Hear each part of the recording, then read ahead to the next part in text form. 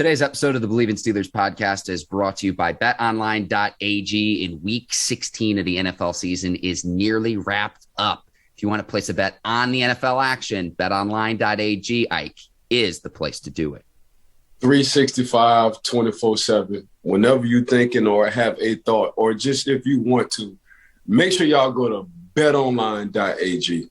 Head to the new and updated desktop or mobile website to sign up today to receive your 50% welcome bonus on your first deposit. Just use our promo code Bleav50, that's BLEAV50, to receive your bonus. Bet online, where the game starts. All right, cue the music. It's time to start the show.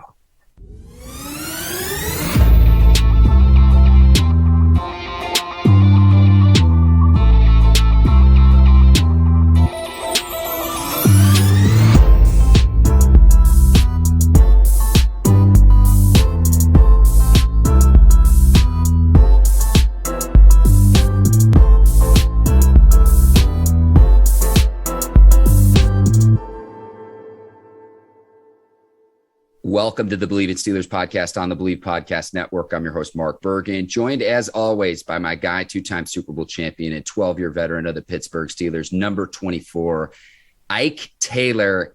IT, I'm licking my wounds a little bit here on this Monday morning following the Chiefs' beatdown of the Steelers, final score 36-10. I was there at Arrowhead, Ike, but it's a rough Monday morning considering the performance of the Pittsburgh Steelers on Sunday.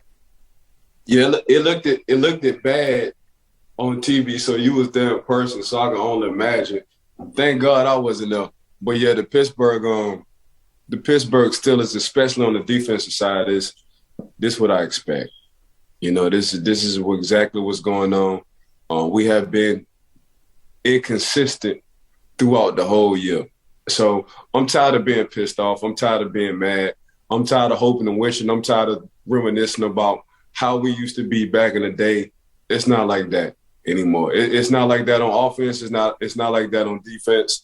The personalities, the violence that we play with, what we doing that we play with, not what me doing, it's just different, bro. So I'm just kind of immune to it. I ain't really upset no more. Like when Pittsburgh do this to me, man, it's just like, you know what, I kind of figured. So they need to clean house. That's what they need to do, Mark. Pittsburgh needs to clean house. A few on the coaching staff and a few guys who don't want to or don't know how to be a Pittsburgh Steeler. They got to clean the whole house, man. I thought they should have cleaned the house last year, my personal opinion. But now it's just, you know, everything is spreading.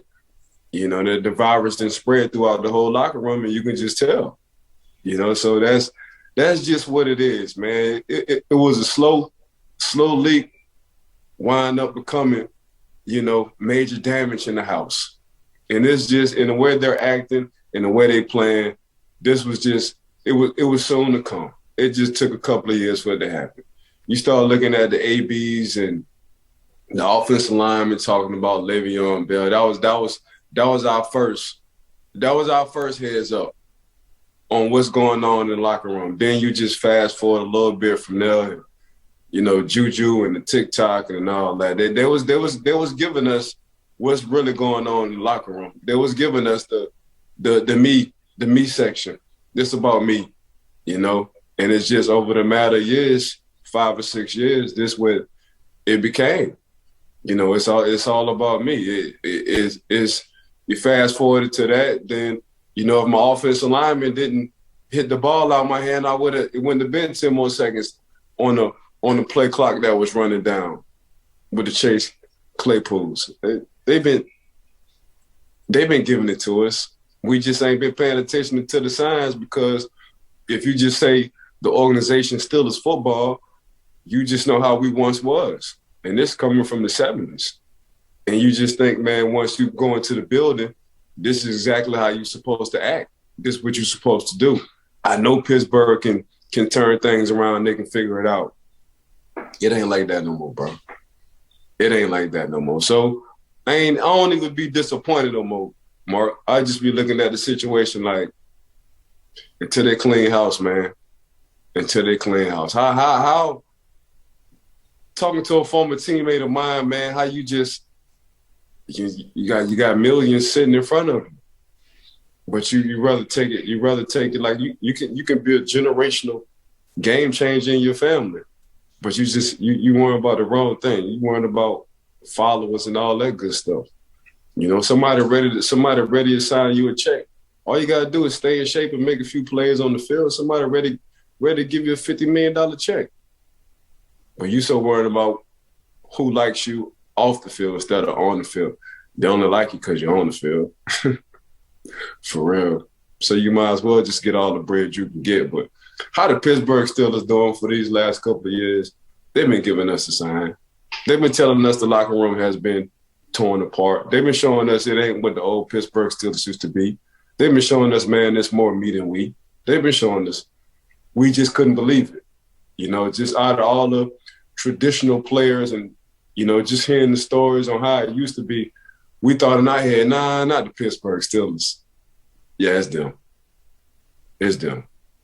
Ike, I'm glad you could save that thunder for this podcast this morning. Very heartfelt analysis there. And Ike, even if the Steelers snuck into the playoffs, I look at it from this perspective. It's coming from a player that you just heard from that played for the team for 12 years. You were in that locker room. You understand what the culture is as an organization traditionally. Even if the Steelers made the playoffs and won their final 2 games, they'd need to get some help and everything too.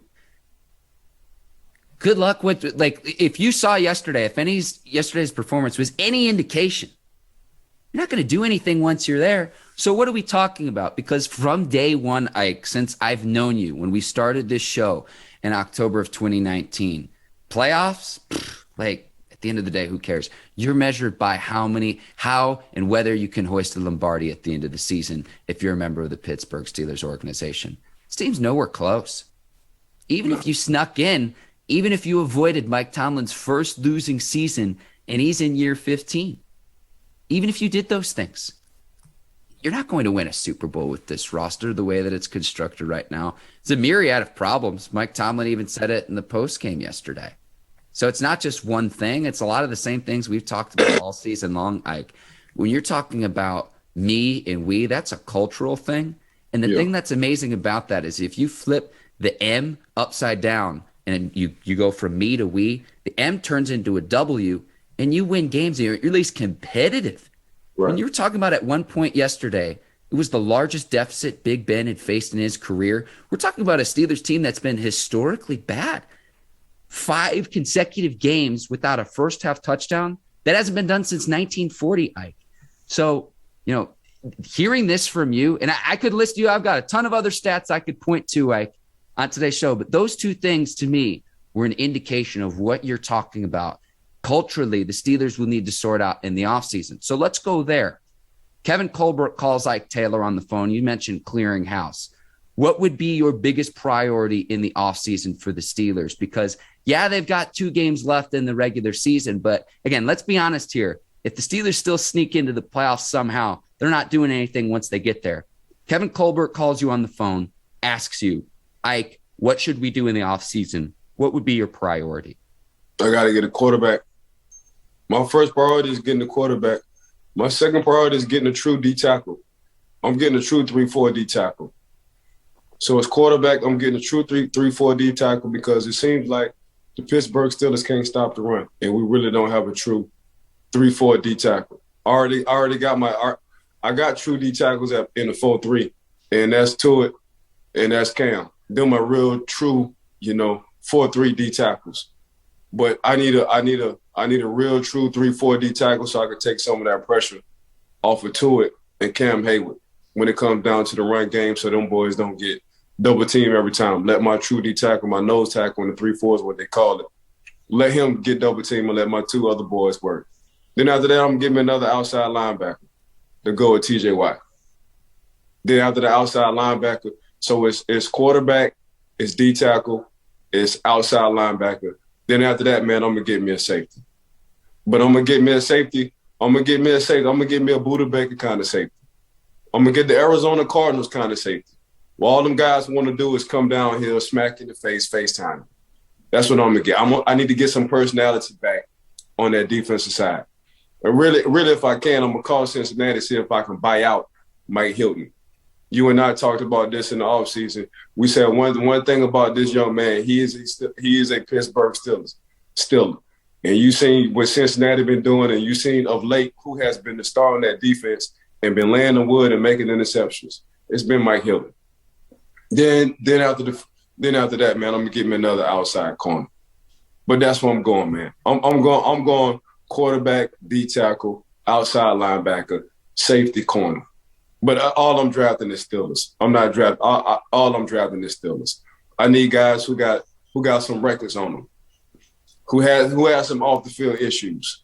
That's what I need. I need some of them guys because I know they're gonna fight on the field to the all 4 zeros on that clock in the fourth quarter, because that's what we had when we was winning Super Bowls. We had guys who had issues off the field, including myself. But the coaching staff and the players knew, man, I can go anywhere in the world with this dude. You need some of them. You need some of them on the football team. That's how a football team is built. You need guys who are nerds. You need guys who are artistic. You need guys who just don't give a F. Yeah. And you mix them three together, we all balance each other out. That's why I love the sport of football. You know? You balance all three of us out, man. A guy who's artistic, he can talk to me and tell me something that I didn't know. I can probably share a story or two with him that he might think it's amazing. I can learn something from my nerdy offensive guard or linebacker, you know, that I probably couldn't learn in school. But we all got one goal, and that's winning championships. And we all like doing something that's being very violent. That's why I love the game of football. No matter where you're from, what size, what color you are. Hey, man, what's our goal? Smacking people in the face, being a Pittsburgh Steeler. That's our goal. So, yeah, I'm getting – Pittsburgh got to go back to getting edgy guys. Every Super Bowl run we've had, we have more edgy guys than none. But the edgier our team was, the more respect we have for each other. That's you got to have an edgy team to win Super Bowls. You got to check the backgrounds and be like, you know what? This dude could be a head case, but, man, look what he's doing for us on the field. And if I get him around the right group, like a Tyrann Mathieu, Honey Badger. I remember, man, we wanted to get Tyrann Honey Badger. Man, but they said he was a head case. We need that head case. Who wouldn't want to be behind a Troy Polamalu in his prime and a Ryan Clark sitting back there? Who want the man? Y'all gonna find a way to get him on the field because he's just that talented, and he's learning from the best, and he's edgy. You got to have that edge. A James Harrison, he's edgy. Joey Porter, he's edgy. James Ferrier, he's edgy. You know, Shazier at one point in time when he was healthy, he's edgy. Ike Taylor sitting out there in the corner, he's edgy. Troy Polamalu, he's edgy. Like all us, Jason Gilden, we're edgy. Lamar Woodley, we're edgy people. You know, Lawrence Timmons, we're edgy. Clark, we were just edgy people. You couldn't even look at us wrong without getting in the fight. But we took that to the field. They don't have that, man. They don't have that, man. I'm seeing kids in uniforms, man. They, as soon as the game is over, man, 3-4 posts on Instagram, like, bro, you ain't even play. You ain't even get in the game. You ain't even get in the game. So that's the first thing you're doing. You running straight to your phone. You ain't pissed off. You ain't crying. You ain't mad. You ain't like, dang, man, I got a potential to make $100 million, but I just want to be viewed as a Instagram or a social media person. Man, in this day, I would have made $200 million because everybody who's tough now, Buda Baker, the safety from Arizona, he just damn near got $100 million off of toughness. Itty bitty Buda off of toughness. Honey Badger. He keep getting paid off of toughness. These kids don't see that. So all I got to do is be tough. My son and my nephews, they're going to wind up getting paid off of toughness because off of toughness. It's crazy. Toughness has become rare in the NFL. But you got to have them edgy players. To win Super Bowls, you got to. You know, and I be trying to knock the Dallas Cowboys. I be trying to find a way. But if you look at the D-line between, McGregor and Parson, like, who else? Diggs. Who else they got? DeMarcus Lawrence. Like, them guys edgy. They always had something in the offseason. Now, someone was always – they was doing something, whether they was in college or in the league. But you see how they playing? They edgy. The offensive line for the Dallas Cowboys, they edgy. Zeke at one point in time, man, when he was in his prime, he was edgy. He was always doing that's how you win chips. When KC won, they Super Bowl. They running backs, they was edgy. They had a few off the field issues. The defensive line, they had a few off the field issues. You edgy. Tampa won their Super Bowl. A lot of guys on that defense, JPP, he edgy. Some guys, you need that. You know what I'm saying? I love your roadmap. Let me hop in here really quickly here. I love your roadmap and giving that personality, that edgy personality that you mentioned, and channeling that the right way. I love your roadmap. I'm going to go on the flip side of the ball, and this was most evident when I was at the game yesterday. Talked about Najee Harris and what he's done. I'm going to go on the offensive line, and I've harped on this point all season long. I understand you've got 2 rookies and a second-year player that you're starting. They're young players. I understand that Pouncey and David DeCastro are now no longer their future Hall of Fame players. You've got to go back and establishing the line of scrimmage because there were no holes for Najee to run through yesterday. And when I look at the last 5 games, you're outscored 97-9. The cardiac Steelers that we've seen the last several weeks, they've been entertaining to watch. They've given us gray hair, Ike. You can't win football games consistently when you put yourself in a massive deficit game after game after game after game. And I know you point to the defense because you were a defensive player. But when I look at yet another game where the Steelers lose time of possession, Steelers defense was out on the field trying to stop Patrick Mahomes, the best quarterback in the league, or one of the best quarterbacks in the league, for almost 35 minutes yesterday. It felt like it was 45. And I think the Chiefs called off the gas because they ended up benching Mahomes later in the game because they had such a big lead in this game. So you mentioned the defensive side of the ball and the personalities. What happened to running the football? What happened to establishing the run? The reason why you drafted Najee Harris in the first round. You don't have the dogs to do it up front. You've either got to invest serious draft capital in this offseason or go out and spend your money upgrading the offensive line because at $12 million, that ranks near the bottom of the league. And the Steelers haven't drafted an offensive lineman in the first or the second round for 9 years now. And that was evident yesterday. Najee Harris is dancing in the backfield because he doesn't have a hole to run through. I saw that yesterday firsthand at Arrowhead. Here's my thing with Najee. And I love Najee. Me too. He got to start going north and south. He's been doing a lot of east and west. And if you look at from the Alabama days, I've been studying Najee for the past 2 years now. Mm-hmm. From his Alabama days, a lot of his plays has been outside. So I need Najee to stick his foot in the ground, give me a 3 to 4 yard game. And because I know when that fourth quarter comes and you've been giving me these 3 to 4 yard gains, ain't nobody going to tackle you. Yeah. Y'all know you're athletic. Y'all know you can jump over people. I get all that, Najee. But Najee, man, I need you to stick your foot in the ground. Stick your foot in the ground and come down with a personality. Come downhill with a personality.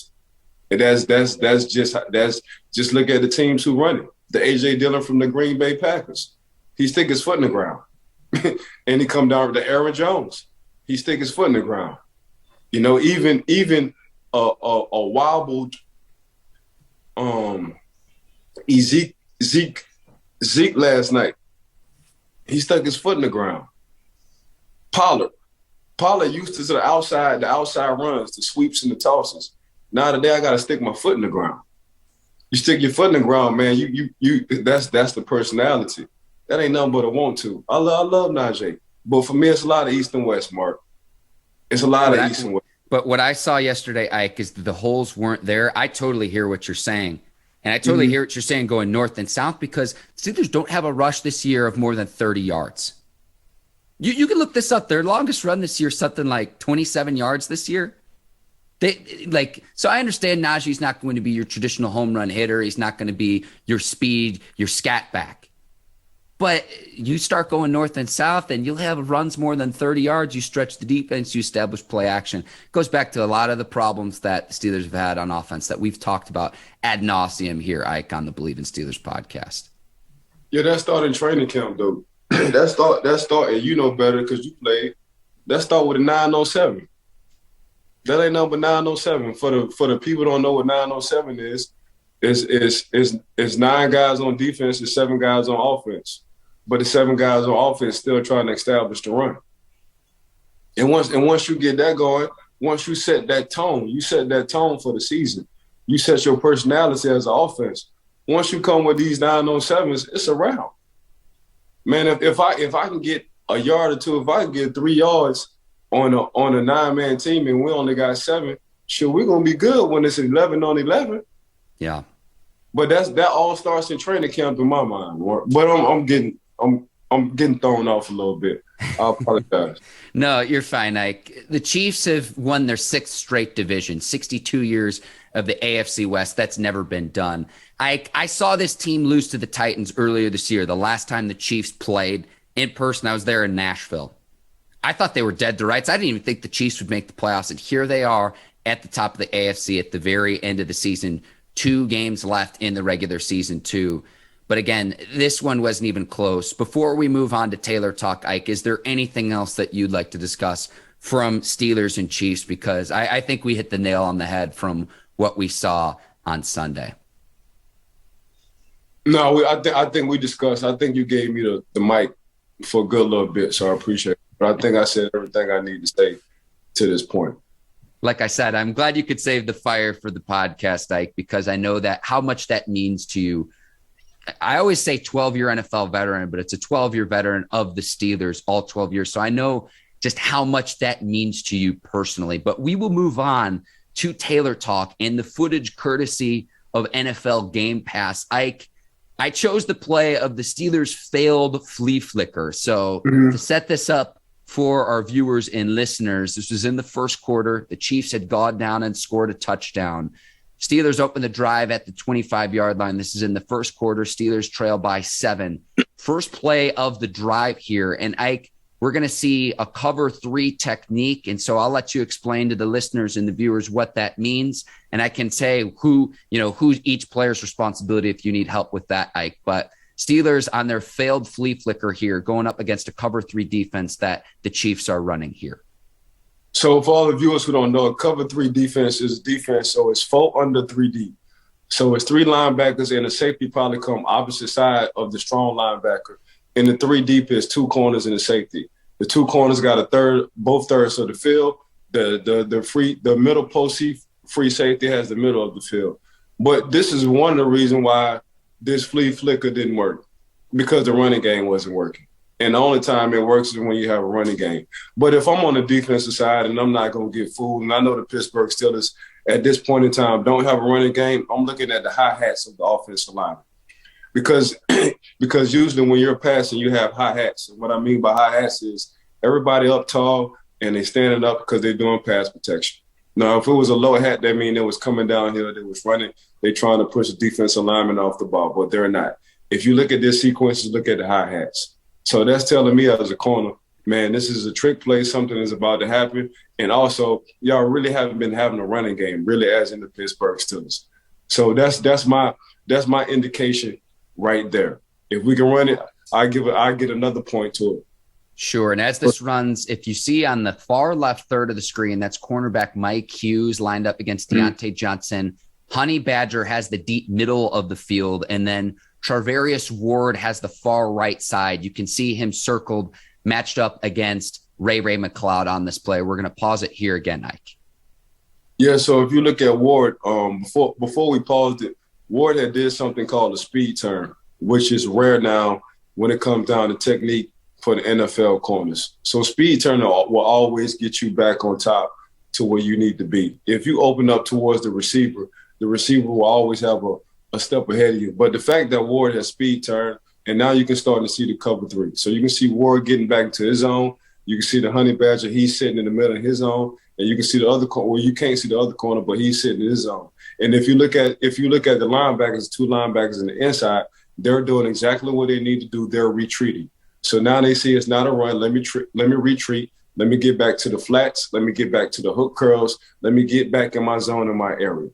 But this is perfectly ran by the Kansas City Chiefs, because right now the Pittsburgh Steelers don't have a run game. If we could just fast forward this play.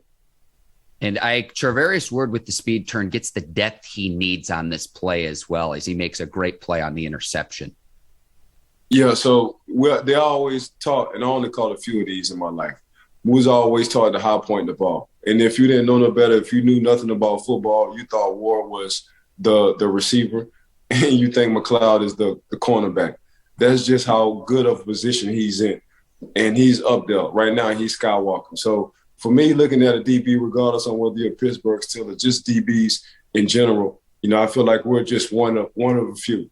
It's only 64 of us, in the NFL, if you think about it, that started right or left side corner. But for Ward to jump up and catch this and high point this, you're coached this, and everybody don't get coached too good in NFL, but this is a lot of good athleticism. He's high pointing the ball. You can see his eyes on the ball. Even in this clip right here, you can just see he's looking the ball in the whole time. And with this side angle shows too, I know the Steelers are trying to make a play, but Ben Roethlisberger throwing the ball up here, Ray McLeod almost goes to the defender to try to prevent the interception. Ray McLeod is jumping as high as he can on this play too. He had no chance at catching this pass. And again, I know it's a trick play. I know the Steelers are trying to catch the Chiefs on their heels. But we were talking a little bit before the podcast. This reminds me of growing up when you play 500 in the backyard, 500 dead or alive, and you just throw it up. My point being, Ray McLeod had no chance to catch this ball. So he goes from receiver to defender to try to prevent the interception on this play. And again, I go for the young DBs out there, the depth that Ward got on this play, because he can then high point the ball like you said, Ike. Yeah, in a perfect world, if it was a Juju or if it was a Deontay, Ray McLeod, in a perfect world, he should have did an 18-yard stop. And Ben probably would have put it on the button. But the fact he hasn't been playing receiver a lot throughout the course of his Steeler career, he just kind of ran a route he was supposed to run. And Ben just kind of threw it out there. So to Ben's defense, either I'm throwing it in the dirt or I'm throwing it overhead where nobody can catch it. I know he always throw the balls up so some guys can make plays like a Chase Claypool do for him all the time. But at this particular moment, this flea flicker ain't working because the running game ain't working. So if I was if I was a seasoned Ray McLeod, I would have stopped at 18 or 20 yards and put Ben in a better situation. But Ben also has to know who his personnel, who he's throwing to, who like jump balls, who don't like jump balls. And we can continue to run this play here. And so, again, I go back to the depth that the defensive backs got, because usually on a flea flicker, they commit and bite down on the run, but they've got the depth that they need on this play, Ike. And he got the style points come down with that one hand, too. Absolutely. Absolutely. And we're going to see what it looked like here on TV here in just a second. And you see safety one, Thornhill, come down, because initially it looks like a two-deep shell, but as the play runs, he comes down as the snap. It snapped, and we're going to pause it again here so you can see the cover three shell. So again, at the top of your screen, you see Chiefs cornerback Mike Hughes lined up against Deontay Johnson. In the deep middle, you've got Honey Badger. And then in the bottom third, you see Charvarius Ward has the bottom third that you can see on your screen. And he's the one who made a great leaping interception on this play. But again, you see this here, Ike, and you mentioned the hi-hats. On a flea flicker, you want to catch the defensive backs coming downhill because they're being overly aggressive, and that just never happened here on this play. Right, that's good eyes. That's good eyes by the secondary guys. You can tell they're not biting on the run. You can tell they're looking at the hi-hats by the offensive lineman. Now here comes our cover three, and our cover three, because you can see it from this view, you can see the two corners sitting by the numbers. That mean it has a deep thirds. Whether it's two or three receivers on their side. You can see Honey Badger sitting in the middle. That's exactly where he needs to be. He got deep middle post third. So this is perfect. And as soon as Ben gives the Najee this ball and Najee gives him back the flea flicker, yes, you can see the inside linebackers. Look, they might bite on the run, but after that, they will retreat. So this is a well-coached on the Kansas City Chiefs defensive side. This is a well-coached defense. Their eyes are exactly where they need to be. That's why they came up with this play, this interception by Ward on the bottom right-hand screen. And as this play runs, it flips the field for the Chiefs, and they're able to go down and get a 2-score lead following the interception, following the turnover. That turnover differential, Chiefs had 3 takeaways defensively. Steelers didn't have any. That was a key difference in Sunday's game. Yeah. Anytime you win that kind of battle, the takeover turnover situation, it's going to be tough to win ball games, man. Coach LeBeau used to always put them up. You know, we take the ball away from the opposing team offense, man. We're going to always put not only our team, not only defense, but we're always going to give our offense more chances than none. So that's exactly what the Kansas City Chiefs did to the Pittsburgh Steelers yesterday. We're going to take a quick break now, Ike, to tell our listeners and viewers about lightboxjewelry.com. And it's the holiday season. We're approaching the new year. If you need to get that special someone some jewelry, maybe you're thinking about popping the significant question, lightboxjewelry.com is the place to go, Ike.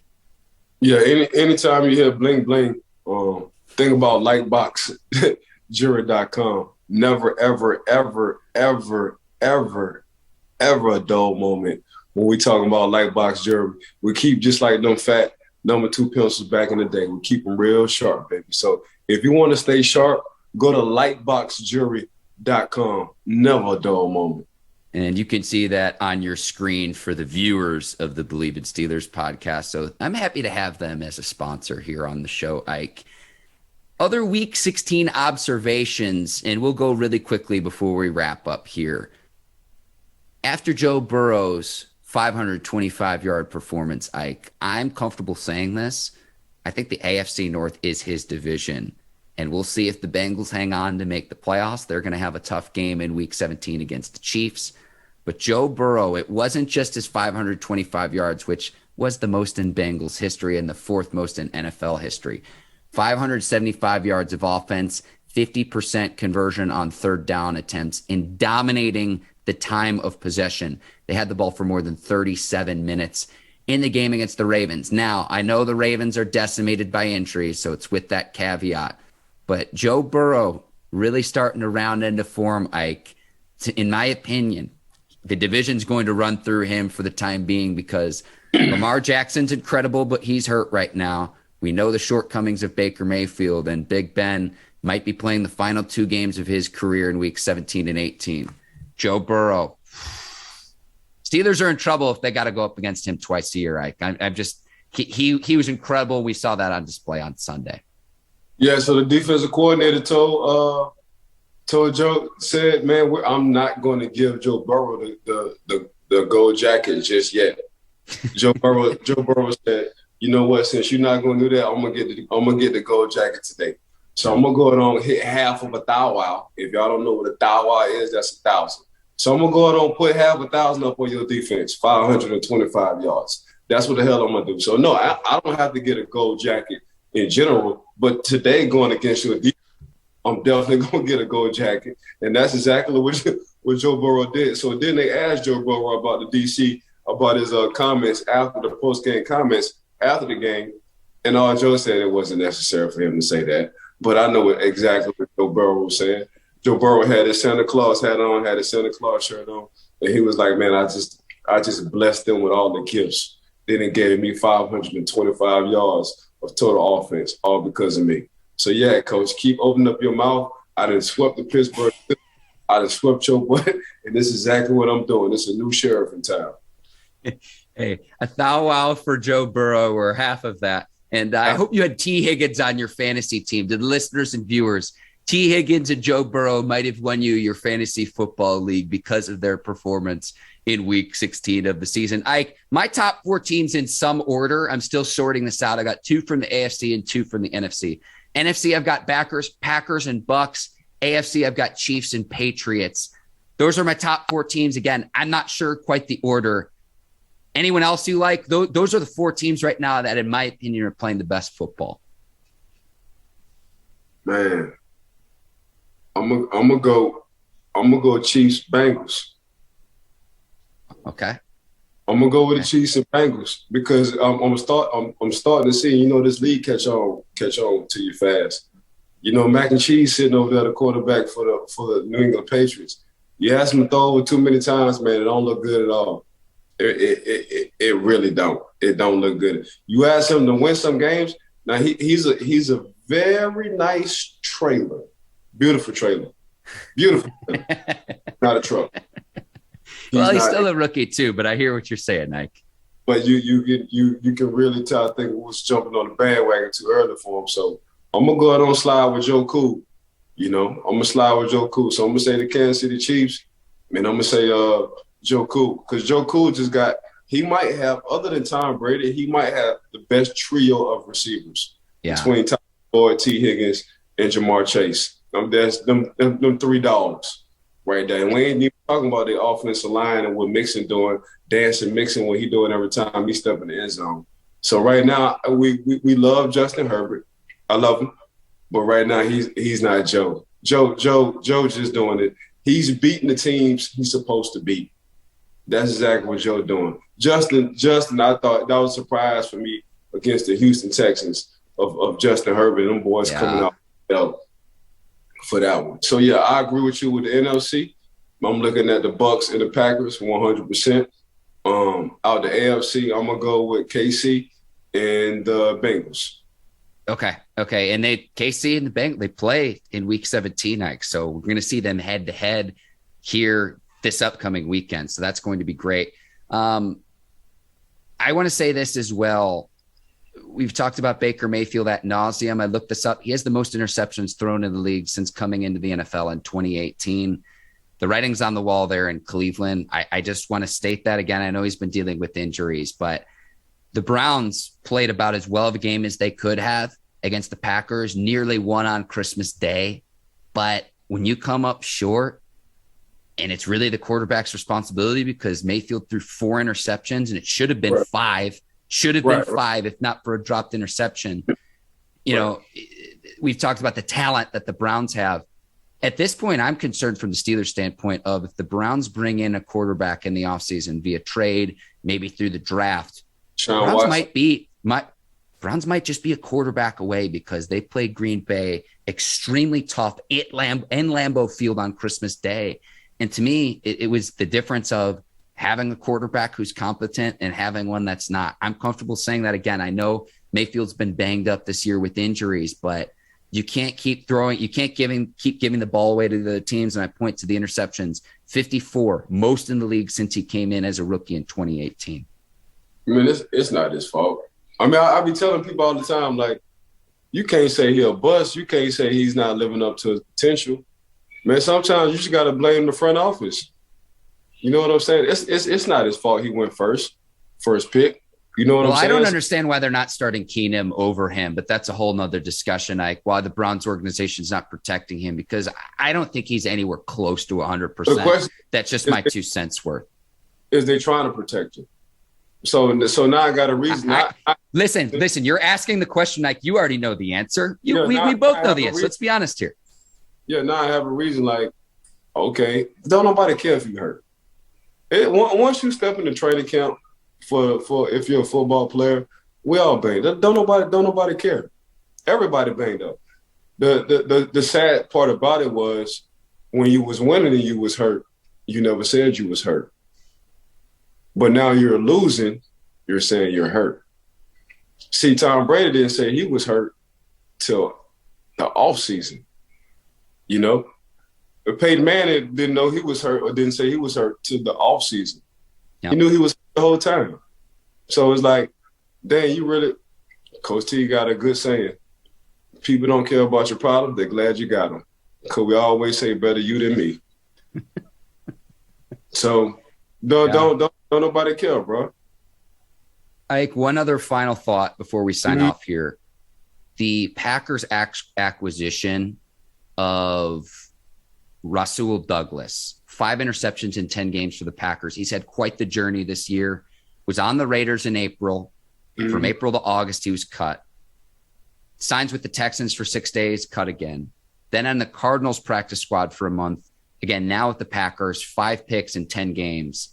Sometimes it's those acquisitions mid-season, like what Melvin Ingram did for the Chiefs and what they're doing since you talked about him being a run bully on previous episodes of the Bleav in Steelers podcast. Rasul Douglas for the Packers. What an acquisition for them. He's been a difference maker for that Green Bay defense. It's one thing I wanted to mention here before we sign off here. I'll tell you what. Rasul Douglas, the corner for Green Bay, other than Diggs sitting over there from the Dallas Cowboys and him being hot and him being in the zone, anything that in this area code he's catching, got 11 picks. He leads the league in that. He got more picks than a lot of people have touchdowns. So that's saying a lot. But what Douglas has been doing, Douglas has been getting cut for the past 2 years. What they about to do for Douglas is cut him a check. The way he Well, Merry Christmas to Rasul Douglas, Ike. And you mentioned the 11 picks for Diggs. That is remarkable. Night Train Lane has the record, 14 interceptions in 12 games. This is incredible because they didn't even pass the ball that much back in the day either. So Night Train Lane, again, 14 interceptions in 12 games in an era where you don't have the high-flying, high-powered, pass-heavy offenses that you see in the modern-day NFL. Yeah, shout out to Night Train Lane because who played opposite of him was the great Dick LeBeau. I think that's a great place to wrap, Ike. I want to give you a shout out, wish you a Merry Christmas. We're into the holiday season. You're the absolute best, Ike Taylor. Want to thank our producers over at Brinks TV. Want to thank the Bleav Podcast Network as well. Today's sponsors, betonline.ag and Lightbox Jewelry as well. And thank you to the listeners and the viewers of the Bleav in Steelers podcast. Happy holiday season. I'm piggybacking off of Mark and what he just said, so I don't say it twice. That was well done, Ike. For Ike Taylor, I'm Mark Bergin. Thank you for listening to the Bleav in Steelers podcast. We will see you on Friday to preview Steelers and Browns. Until then, take care and so long, everybody. Peace.